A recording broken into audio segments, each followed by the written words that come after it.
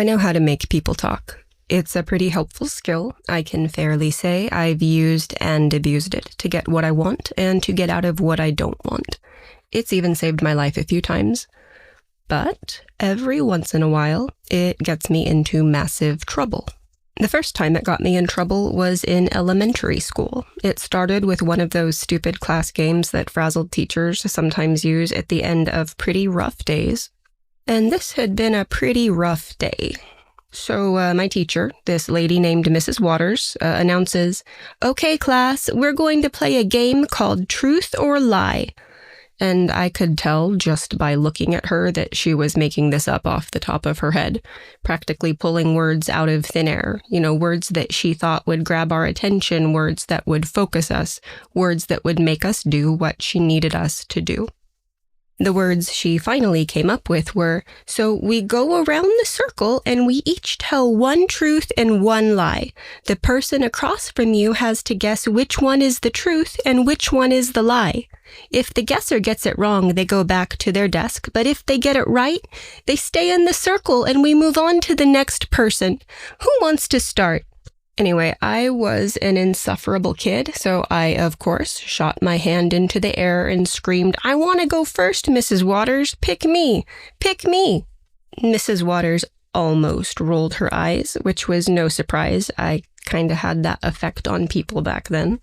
And she said, "Okay, Rochelle, tell us a truth and tell us a lie." But I said, "No, I want to be the first one to guess which is a truth and which is a lie." Mrs. Waters really did roll her eyes then, and she pointed to the girl sitting straight across from me. I remember that girl's name was Sarah.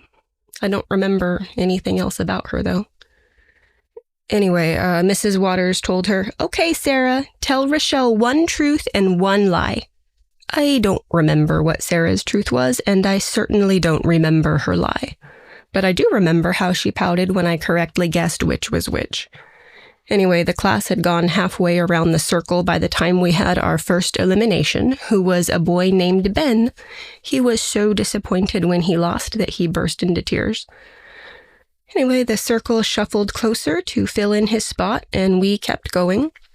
When it was my turn again, I guessed correctly. And again on my third turn, my fourth, fifth, and sixth. But my wins were getting kind of stale, and I was getting bored. The problem was these truths and lies were so stupid.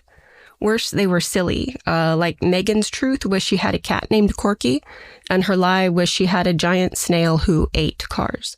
Sammy wasn't any better. His truth was he had a little brother named Tucker, and his lie was that Stone Cold Steve Austin was his big brother.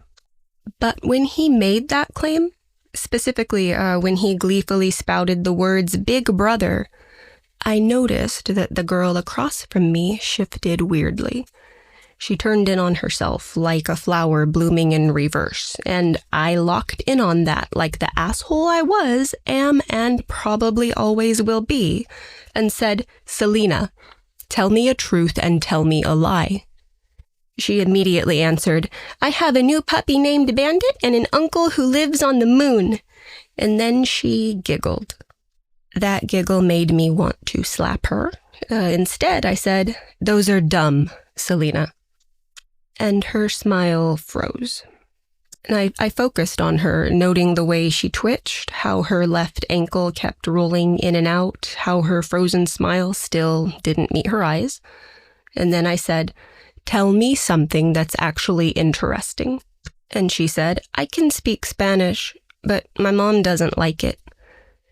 And following an instinct I've always had, don't understand, but never deny, I said, "Your mom being stupid isn't interesting. Tell me a truth that's important. Tell me a truth about your brother, Selena." And then she said, "I found my brother hanging in the garage. He had no shoes. His feet were purple and his tongue was too big for his mouth. I was in kindergarten when, she finished lamely. Then her eyes went wide and white as the oversized bone buttons on Mrs. Waters' sweater, and she burst into tears. I will spare you the fallout of that particular incident and move on to more important things. As I grew older, I got better at making people talk, better at finding words that grabbed their attention, better at finding words that focused my targets, words that made them do what I wanted them to do. When I turned 21, I decided to be a cop.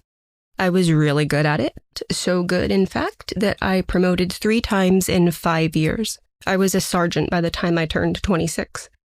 I was on the verge of promoting to lieutenant when the private industry came calling. It was a law office. The attorney paid me well, but not as well as the attorney who came knocking after him, who ended up not paying as well as the one who came knocking after her. The thing is, when you get really good in the public sector, the private sector comes after you. And when you get really, really good in the private sector, the government comes calling again. And the government isn't always good at being told no. Not that it occurred to me to say no. Officially, I worked for Human Resources as an interviewer. Unofficially, I was an internal affairs interrogator on steroids. You would not believe the things I learned or the catastrophes I helped avert. Unfortunately, that all went up in flames a few months ago. During what you would probably consider to be a very unconventional interview, the situation went off the rails in spectacular fashion, and my subject told me things even I wasn't supposed to know. Again, I'll spare you the details of the fallout. Let's just say that by the end of it, I was in almost incomprehensibly big trouble, and as a result, I was terrified. When you're that scared, you'll do anything you're told. And sure enough, I was given a choice. Die or do exactly as I was told. I was told I would continue to work as an investigative interviewer for an organization with the unassuming and weirdly charming name of the Agency of Helping Hands. I was told I would work under the supervision of an exceptionally brilliant and highly specialized psychiatrist with the striking name of Charles Wingeride. I was told that if I played my cards right, I'd be able to earn my own degree while working for Dr. Wingeride. And of course, I knew it was all too good to be true. I knew it in my core. I knew it because that little instinct that I've always had, don't understand, and never deny told me so. But I also knew I didn't have a choice. So I took the job. Shortly after taking the job, I learned that the Agency of Helping Hands runs a prison. Officially, it's called the North American Specialized Containment Unit, or NASCU. But everyone here just calls it the North American Pantheon. And that's where I work now, where I live as well, and my job basically is to interview the inmates. Most of these inmates are horrifying. Most are monsters. A few have never spoken a word to anyone, and the ones that do talk, they'll taunt and terrorize, but they don't ever say anything. They don't really talk.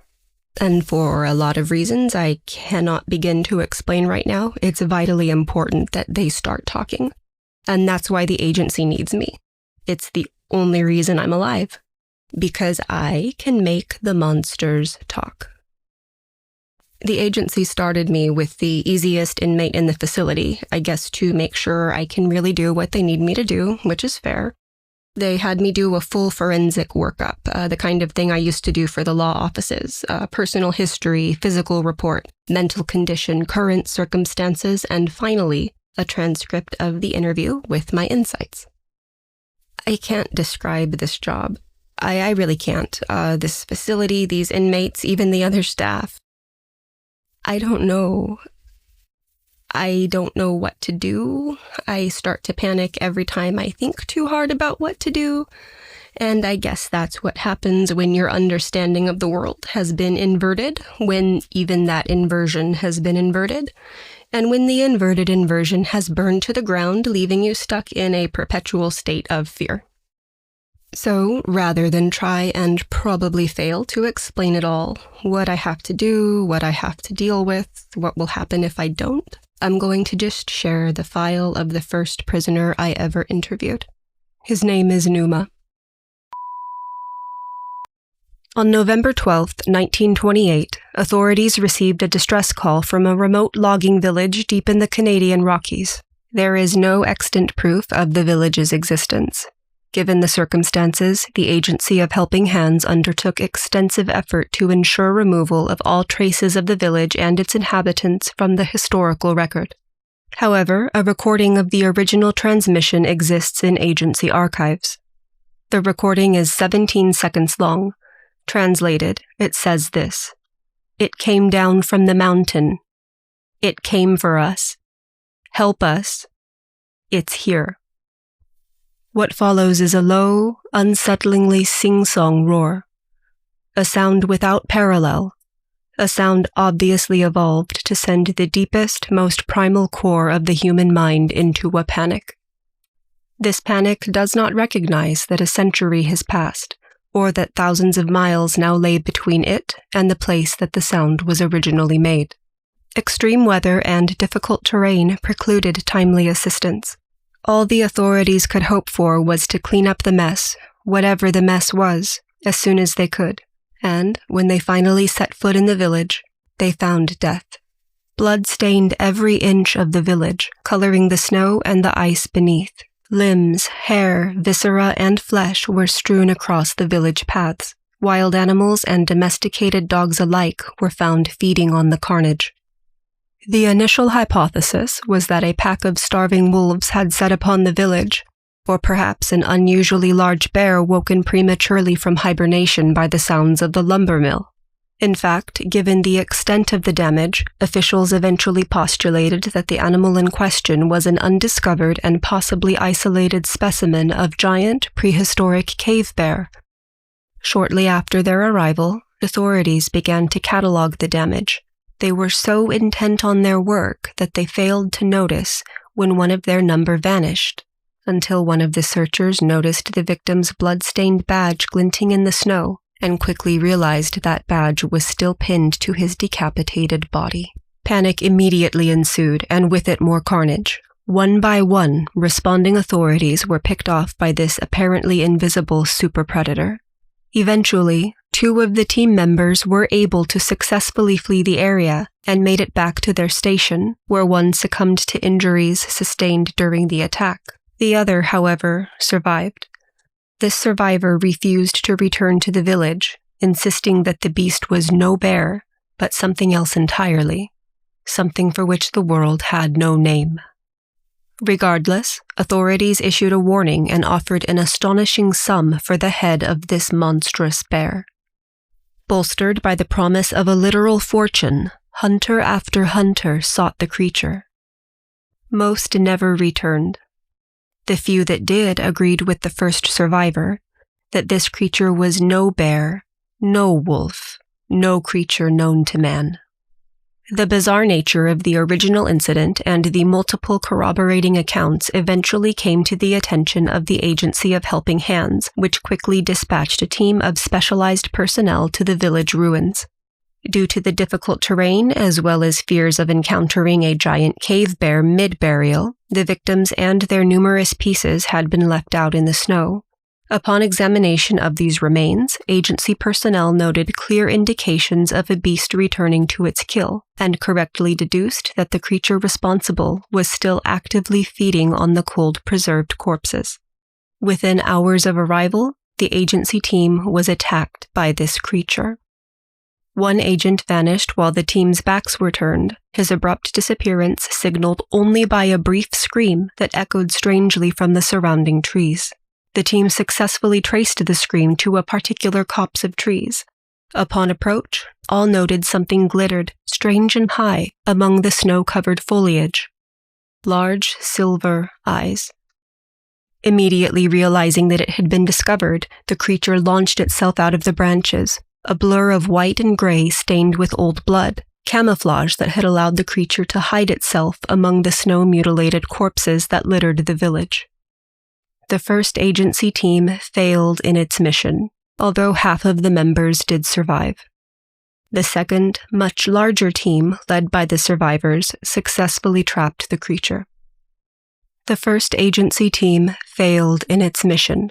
However, half the members did survive, and a second, much larger containment team, led by these survivors, successfully trapped the creature.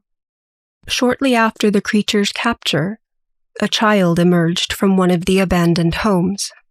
The girl was crippled and suffered from other visible disabilities, and she appeared incapable of speech. When she saw the creature had been trapped, she ran to its enclosure and attempted to free it.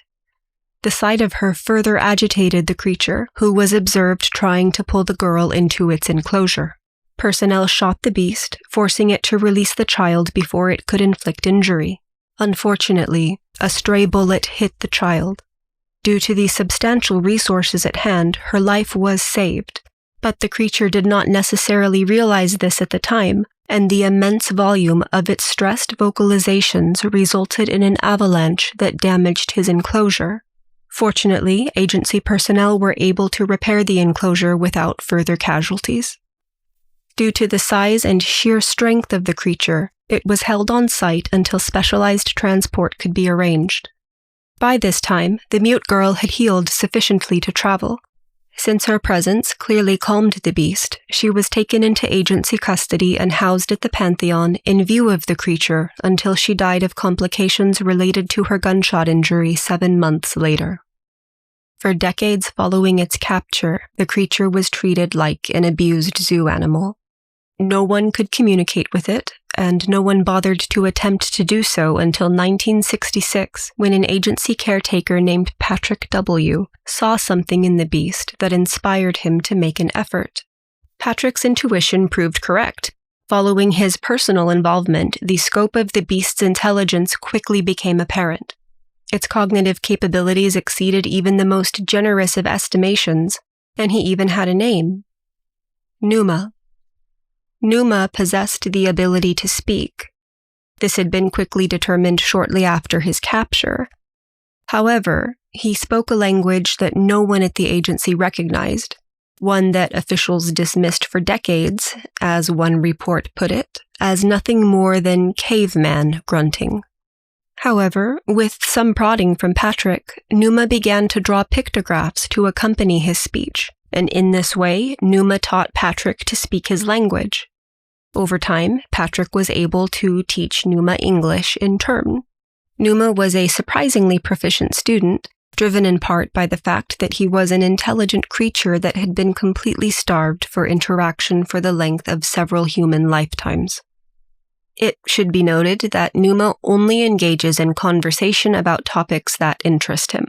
The topic that interests him most is a direwolf named Pup that he once befriended. The second most interesting topic is the death of Pup. According to Numa, all human beings deserve to die because a band of hunters killed Pup thousands of years ago. Thousands of years ago is an indistinct and flawed, yet largely accurate assessment. Numa hasn't been in agency custody longer than any other inmate, but he is most likely the oldest inmate at the agency. He is unpredictable and prone to outbursts, often with deadly consequences. However, he displays remorse for these episodes of poor behavior and has been observed to weep at the departure of certain caretakers and to deeply grieve the deaths of favorite staff members. Secondary to an obsessive desire to punish humans for Pup's death, the most important aspect of Numa's psychology is his inability to comprehend time as we do. Numa appears to disassociate for extraordinarily long periods of time, only holding on to memories that are significant to him. For example, he's at least 14,000 years old, yet the abandonment he experienced as an infant is still fresh in his mind. During therapy sessions, he frequently obsesses over the way his mother screamed when he was torn away from her as a very small child. The only memories clearer to Numa than memories of his mother are his memories of his pet direwolf, Pup. For reasons currently unknown, Numa seems unable to accept that Pup is long dead, hence his repeated requests for the agency to bring Pup to him. Please note that to date, Numa has refused to discuss or even acknowledge the child with whom he was brought into custody. At this time, the agency has no idea whether she was even significant to Numa in any way. Agency personnel located Pup's remains in 1988. His body was so perfectly preserved that most of his soft tissues, including his eyes and nose, were intact. At the time, Patrick, Numa's favorite caretaker, had recently passed away, and Numa was inconsolable. As a result, the agency tentatively planned to clone the wolf as a safety measure, specifically with the aim of stopping Numa's frequent and deadly tantrums. However, after rigorous debate, it was decided that providing an apex predator with a companion apex predator would further endanger agency personnel. Just as importantly, a clone would simply not be Numa's beloved pup. Numa's senses are extremely developed compared to that of human beings, and there were valid concerns that Numa would be able to determine that the cloned animal was not actually his pup. Providing a cloned wolf ran the risk of upsetting Numa and potentially sending him into a psychotic spiral that the agency had no way of treating or reversing. Numa has a humanoid appearance, although he is significantly larger than any human being. At his full height, he is 9 feet 3 inches tall, with shoulders that measure 44 inches across. His body is covered in very fine, semi-transparent fur that possesses reflective properties. This provides Numa with natural camouflage. He has large eyes with white irises, and his face is unusually flat. Proportionally, his mouth is significantly wider than the mouth of an average human being. His teeth are clearly that of a carnivore, but don't resemble the teeth of any known animal. They fall out and regrow frequently. Numa's jaws possess extra bones and joints that allow his mouth to open excessively wide. These extra bones fold parallel to the teeth and are effectively invisible when Numa is speaking or at ease. When Numa feeds or wishes to intimidate agency staff, he unlocks these joints and opens his mouth to its widest point, baring all of his teeth. As previously noted, Numa's conversations with staff are numerous, repetitive, and generally very short. Despite serious, ongoing concerns for my personal safety throughout his treatment, I do believe I have made significant progress with Numa. In support of this claim, I have provided full audio of Numa's longest interview to date, which I performed. It follows this recording. My name is Agent Rochelle Bean. I am a forensic interviewer employed by the Agency of Helping Hands, North American Specialized Containment Unit. Today I'm conducting a session with the following inmate. Numa. Classification string. Non-cooperative. Indestructible. Gaian. Constant. Moderate. Terras. Hello, Numa. My name is Rochelle. I'm here to talk to you today. So please, tell me what's on your mind. Back in the times when I was free and I lived on the ice, I found a pup. I did not know what his name was, and it was not my place to name him. I only called him what he is, Pup. Pup was abandoned by his pack, as I had been. My pack left me to die on the ice, for I was not like them. Pup was not like his pack either. He was so very small, with a twisted leg which made him a cripple. I loved him very much. I loved his small wet nose, and I loved his bright eyes.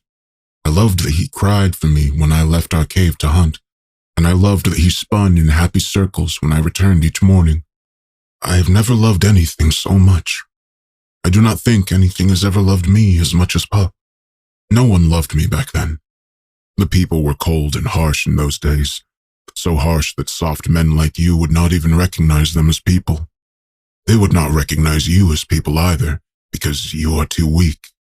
They did not recognize me as people because I was too strong. But I was not too strong to love crippled things. I found Pup crying in the snow, with ears blackened by the cold and frost on his eyelashes. How the frost glittered in the cold white sun. By the time I found Pup that day in the snow, I had been alone many moons. So many moons that I forgot the faces of my pack, those who had left me to die so long ago. I only remembered that they looked different from me. They had hair of night, not like my hair of ice, dark eyes to see on the ice, not like my wide eyes which were made to hunt in the night. They had teeth like cows for chewing the grasses and the berries and the dried meats of mammoth that sustained them through the cold moons. my teeth are not like theirs. My teeth, well, you see my teeth. When I saw Pup, I almost left him in the snow, but as I stepped over his stringy body, my wide eyes already scanning the tundra for a cave bear or giant elk to eat, Pup's tail wagged. At me. At me. I thought of the scavengers, of the giant hyenas and the saber-toothed lions that prowl the ice. I thought of them slinking across the tundra on their hollow, slinking bellies. I thought of this poor crippled thing wagging his tail as they approached him, and of the cry he would make when they betrayed his trust and tore into him with their rotting teeth. Those thoughts brought tears to my wide eyes. So I picked Pup out of the snow. His fur was frozen to the ground, which pulled out tufts of it when I raised him up to look. He was so small, I could fit him in one of my hands. My hands, you see them. They're not made for holding, but they held Pup. They held him every day as he grew.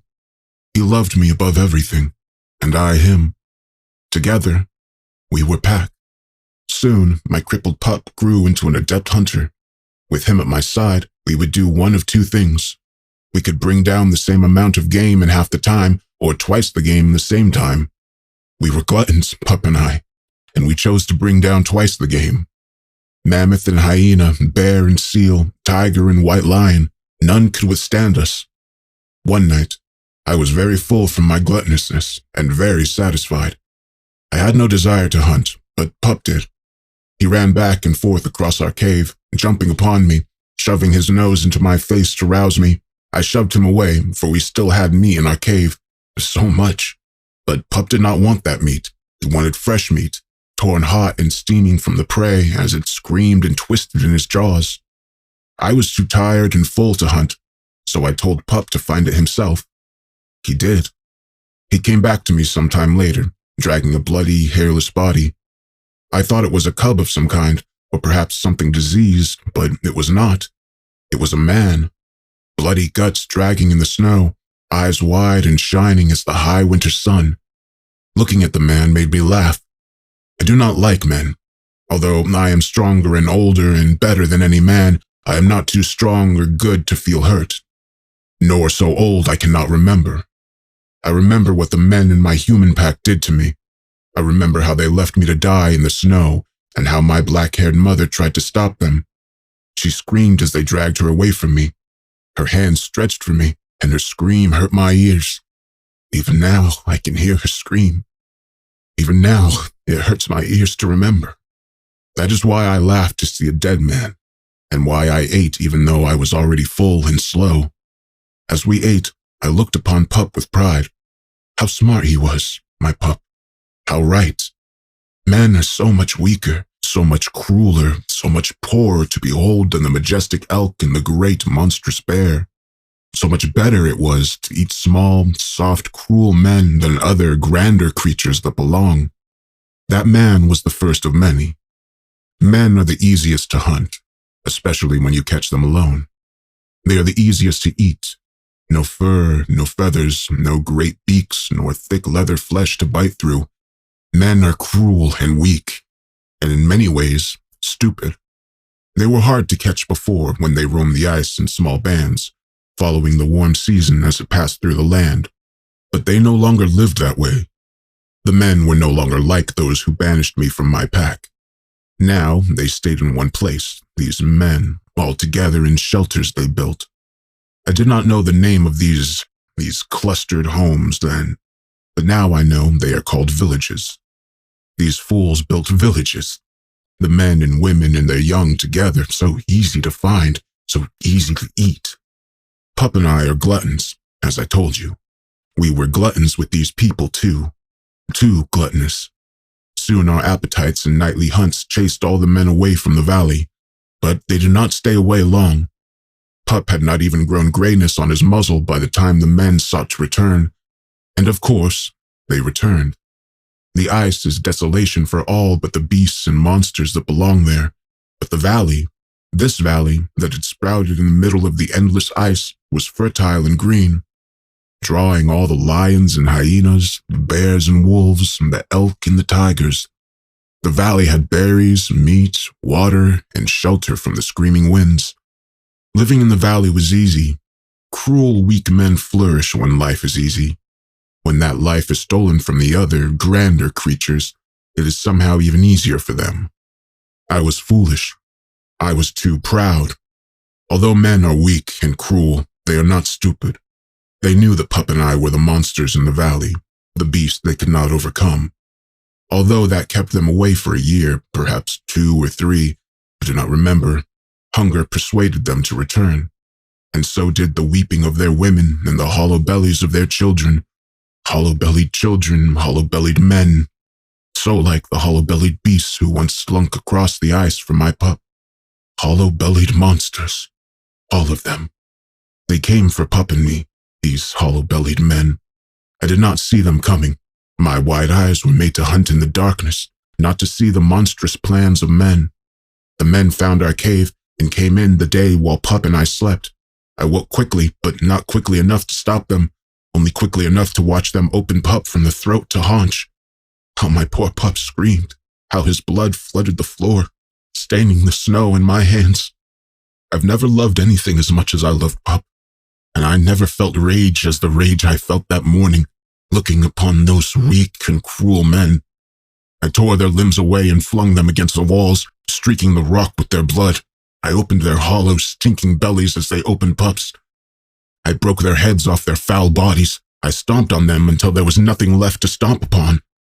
In each of their faces I saw my hollow-bellied pack who had abandoned me on the ice. My hard-eyed sire, the crooked-jawed alpha, my screaming mother, how her screams hurt my ears. I killed them all, and they could not stop me. But I could not stop them from hurting Pup.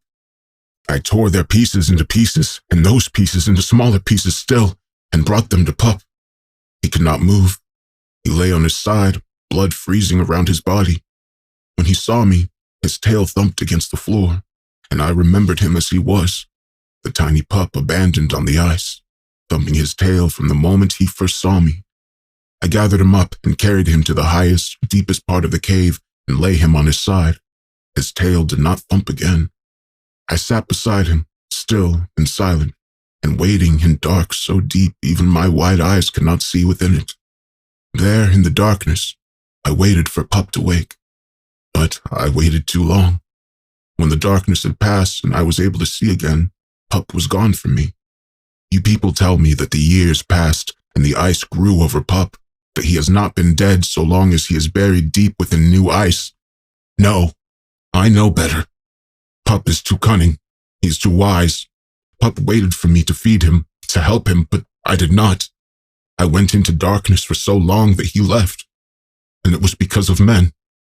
I kept hunting you, you who hurt my Pup, you who took my Pup away, you who took my mother away, she whose screams still hurt my ears. You took and you take. You will always take, because that is what stinking, hollow-bellied monsters have always done, and it is what you will always do. You men got weaker as the moons passed. Softer, weaker, stupider, easier to catch, easier to eat. But you never became less cruel. No, you only became more cruel. You are so cruel that you will not even let me be free. You trap me like stupid, weak game in a burrow, yet you wonder why I am angry. You wonder why I rage. Now I have told you. It is Pup. And I promise you this. I will no longer be angry, nor will I rage at you, not at you, if you find my Pup and bring him to me. I get so sad thinking of him alone on the ice among the hollow-bellied beasts. The sadness is why I rage at you. So I will stop if you bring him to me. I promise you. Please, bring him back. Please. I miss him so.